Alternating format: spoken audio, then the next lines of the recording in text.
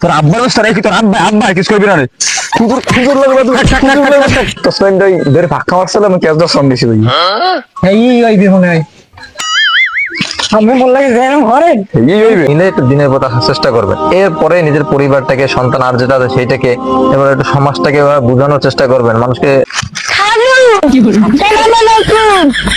ভালো আছেন? কি হইছে খালি ভাই কি করলাম কেমন আছেন? তো তাল হই পলাহান কই ওর বলে চাল হই একটু শয়তানের ধোঁকায় পড়ে গেছিল, দোষটা আপনাদেরও আছে। আপনারা গার্জিয়ান আসলে বোঝেন না কিভাবে ছেলে মেয়েকে মানুষ করতে হয়। আপনিও নামাজ কালাম পড়েননি, দিনের পথে ছিলেন না, ছেলে দুটো অমানুষ হয়েছে, এটাই স্বাভাবিক। আমার যমুনা জল দেখতে কালো, স্নান করিতে লাগে ভালো, ডুবানো গেল আমার গলে। ও আমার যমুনা জল দেখতে কালো, পোলা না ওদিকে বলত যৌবন বড় কইছি তো বাজাইতে বাজার লইয়ে হ্যাঁ তো গেছে কোনো খোঁজ খবর নাই ছোট দাও ছোট বড় টাইম বইবে গান গায় আসসালামু আলাইকুম। ওটাই তোর অবস্থা কি বইবি তুই গান ভালো গান আছেন আব্বা? ভালো তো আসি সালাম টালাম তো দাও তো বইবে গান গাও কার মানে বলদ বড়টাই কোথায় হ্যাঁ তো গেছে বাজারে, কইয়ে গেলে আমার লাগে বিস্কুট মিষ্টি আনবেন, আমার এই থুইয়ে গেছে বাজারে। তা তুই বইবি এই বড় চান্ডা নয় গান গাও কা কি হল মোর তাই মানিক যা সবটুক খাবি মানে যা দেখার আমি বড় কোলাই তো খাইছি। তুই কি করছো তে মই কি আনলাম, মই কেন কইবে একটু গান গাই আর কি আনলাম। তা তোরে ওই কাইল গই ডিমগুলোই পাঠাইলাম মনে আছে হ্যাঁ এক হাজার ডিমগুলোই পাঠাইলাম ওই 100 যে কুদ্দুসের দিয়েইছো হয় কামটা হলে কি হলো ডিমানের কবে করলেন ডিমানের কথা? ওই বলো ও বড় গেল না তুমিও আছো 1000 ডিম কি 100 দেয় ফারাক ফারাক গেছো বলে আমার ক্লাস একটু আনন্দ ফুর্তি করতে গেলাম। 1000 ডিম আনন্দ হতে পারে বাস তো দিয়ে দেছো বাস দেওয়ার দেওয়ার আমি ভাবছিলাম মনে হয় তুই একটু ওই বুদ্ধিটা বানানোটা নইবে না বড়টার নাম তুই বলো দোষ আমি কোলায় যে কত বলো হ্যাঁ সবাই জানে। হয়, ওর ডেলি ডেলি নেশা করি যাই। হয় অজ্ঞমের পোলা আর তুই মোর পোলা না তোর ওই চতুর্থ শ্রেণীটাই ধরে ফাঁকা মারছিল আমি ক্যাশ দশ দিছি ভাই এই ওই বিমনে আমি বললাম যে এরকম ঘরে এই হইবে ঘরে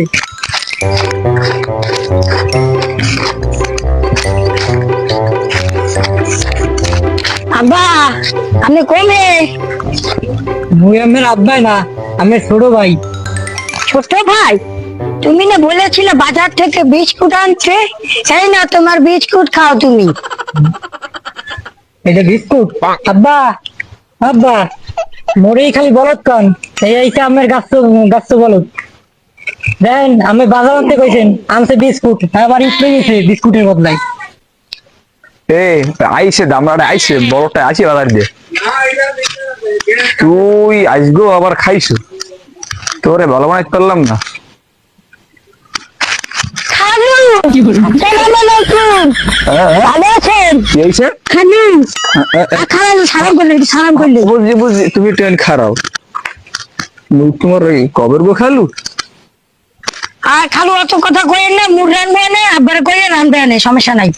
আমার দিকে তাকাও একটু আমি তোমার কবের গো খালু তাহলে মুখ বাড়ি তালই তো তালই পলাহান কই ওর বলে তালই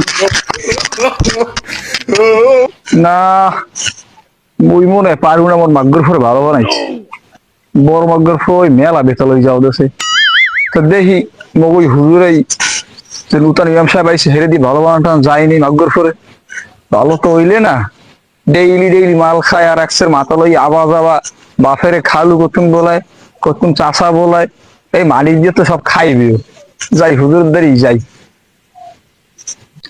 আল্লাহ আল্লাহ হুজুর। হুজুর আসসালামু আলাইকুম ওয়া রাহমাতুল্লাহ। ওয়ালাইকুম জি কাকা, আসসালাম। কেমন আছেন?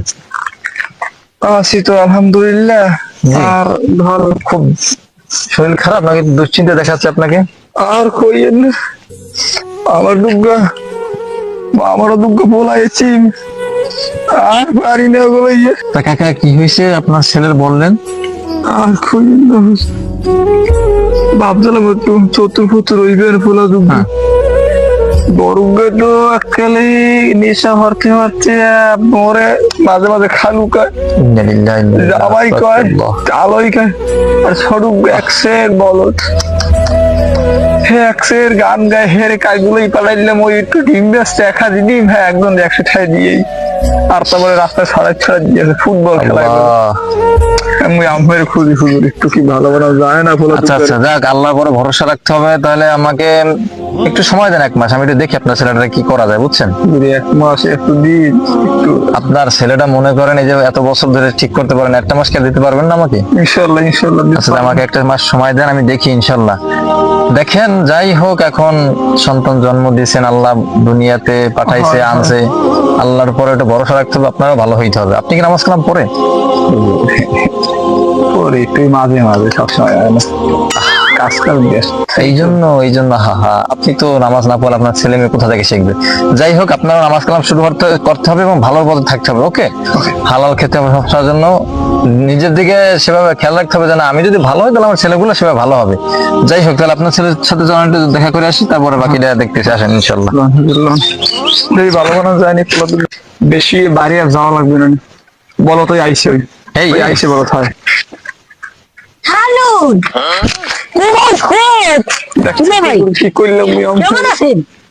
আরে বুকে আসেন। দাঁড়াও ওইখানে। কি হয়েছে তোমার, এমন করতেছো কেন?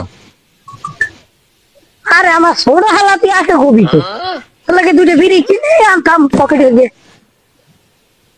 কথা কি নিজেদের তাকিয়ে বলো? হ্যাঁ, কি বলতেছো তুমি? আমি হুজুরে? আরে যে তার হুজুর খান, সমস্যা নাই, আরে 1 লগে বিড়ি খাও। তোর আব্বার অবস্থা রেখে, তোর আব্বা কিছু করবি না রে। খুজুর লাগবে, ভাই থাক থাক।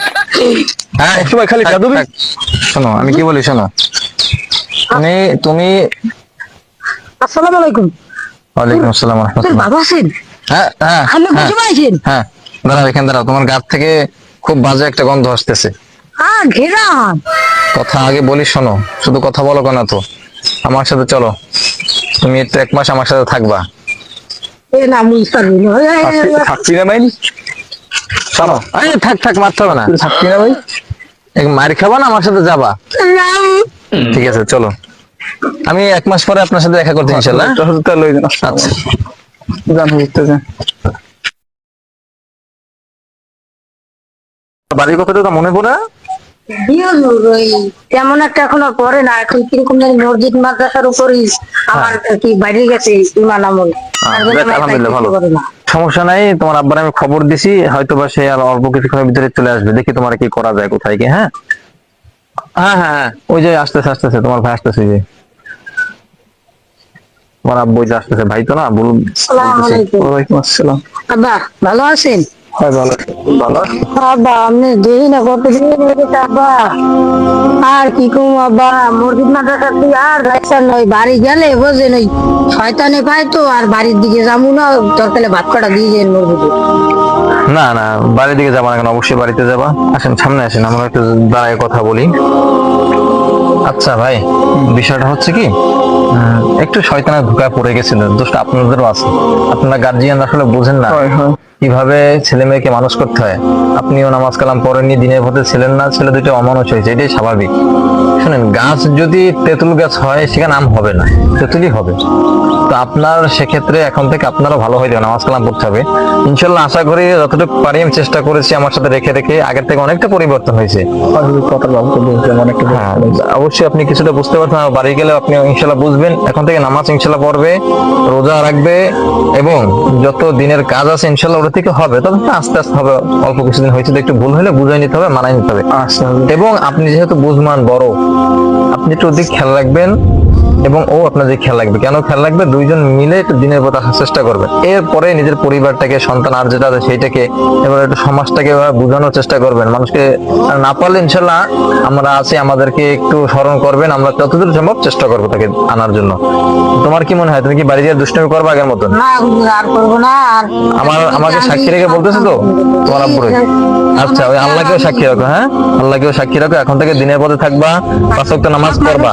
নিয়ে আসবো, ইসলাম হ্যাঁ, দাওয়াত দেবো। প্রতিদিন আজানের পরে দাওয়াত দেবা, কোরআন পড়ার জন্য দাওয়াত দেওয়া, মনে থাকবে তো? আর ভুল হবে না তো কখনো? আচ্ছা, নিয়ে যান তাহলে ইনশাল্লাহ। সমস্যা হলে আবার আমার কাছে আইসেন। আচ্ছা, দোয়া রাখ আমার জন্য। আপনার বিনা লাখ টাকা ধন্যবাদ। আমি মূর্খ সুরক্ষ মানুষ।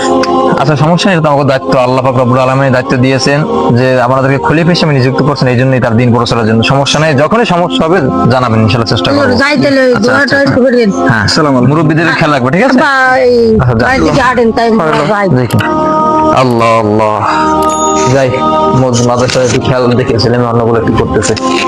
বর্তমান সময়ের কিছু পরিস্থিতি আপনাদের সামনে তুলে ধরলাম, আপনাদেরকে বোঝানোর জন্য, শিক্ষা দেওয়ার জন্য।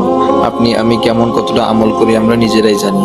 আল্লাহ সকলকেই বোঝার তৌফিক দান করুক এবং সবাই তওবা করে ইস্তিগফার করে আল্লাহর পথে চলে আসি। আমরা চাই আমাদের সন্তানগুলা আল্লাহওয়ালা দিনদারি যেন হয়, তাকওয়া অর্জন করতে পারে, আল্লাহ এবং আল্লাহর রাসূলের দেখানো পথে চলতে পারে। হ্যাঁ, ভালো হওয়ার জন্য শুধু যে মাদ্রাসা পড়তে হবে এমন কোনো কথা না।